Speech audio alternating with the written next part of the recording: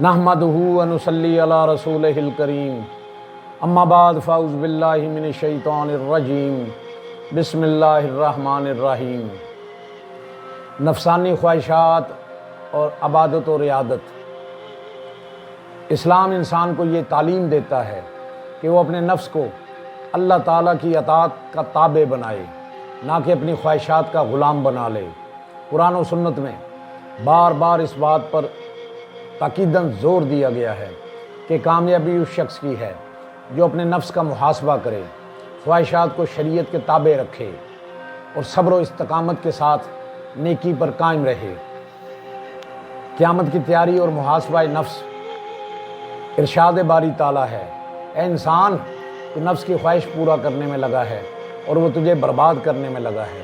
ہر انسان کو یہ دیکھنا چاہیے کہ اس نے آنے والے دن یعنی آخرت کے لیے کیا تیاری کی ہے۔ انسان کا نفس اگر بے لگام ہو جائے تو شیطان کو اس پر غلبہ حاصل کرنے کا موقع مل جاتا ہے۔ جھوٹی امیدیں، دنیا کی محبت، رب سے غفلت اور گناہوں کی رغبت اکثر انسان نفس کے ذریعے ہی پیدا ہوتی ہے۔ اس لیے مومن کا یہ فرض ہے کہ وہ ہر خواہش کو شریعت کی کسوٹی پر پرکھے اور غلط خواہشات کی مخالفت کرے۔ تفکر توبہ کی اہمیت۔ غور و فکر، توبہ اور اللہ کے ذکر پر احادیث مبارکہ میں زور دیا گیا ہے۔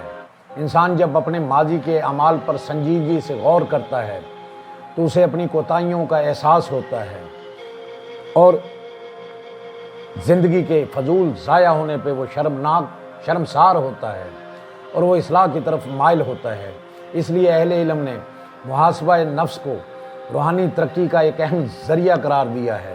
عبادت و اطاعت کو لازم پکڑ لو، فضول گفتگو سے بچنا، لوگوں کی تکلیف برداشت کرنا، کھانے اور سونے میں اعتدال اختیار کرنا، نفس کی تربیت کے لیے مجاہدہ کرنا۔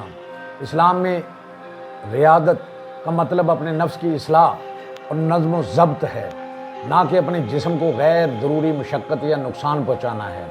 کم کھانے کی حکمت، زیادہ کھانے کے نقصانات اور اعتدال کی فضیلت بیان کی گئی ہے۔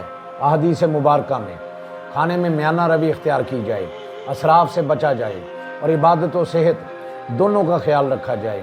انسان اپنے نفس کا محاسبہ کرے، اللہ تعالیٰ کی اطاعت اور ذکر کو اپنی زندگی کا محور بنائے، خواہشات کو شریعت کے تابع رکھے، صبر، تقوی اور اعتدال اختیار کرے، دنیا کی عارضی لذتوں کے بجائے آخرت کی دائمی کامیابی کو مقدم رکھے۔ ایسا شخص اللہ تعالیٰ کے قریب ہوتا ہے، اس کے اخلاق سنورتے جاتے ہیں اور وہ دنیا آخرت دونوں میں کامیابی کی امید رکھ سکتا ہے۔